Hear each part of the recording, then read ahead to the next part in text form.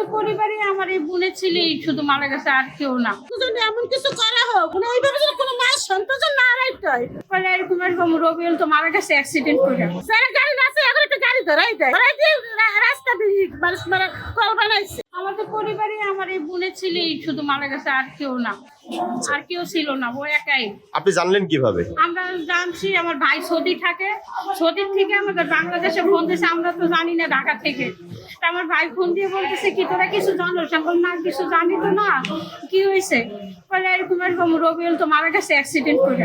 তো জিজ্ঞেস করলাম কোন হাসপাতালে, বলে ঢাকা মেডিকেল পাঠাইছে, ঢাকা মেডিকেল থেকে কলমিতলা হাসপাতালে পাঠাইছি।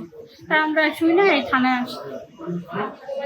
আচ্ছা, তার পরিবারে কে কে আছে? তার পরিবারে আমরা দুই ভাই ছিল, এটা ছোট আর বড় ছেলে আছে, আর আমার বোনের জামাই অসুস্থ, সে বিছানায়, আর আমার বোন আছে। রবিউল কি করতে এমনিতে? রবিউল একটা কি কোম্পানিতে চাকরি করতো,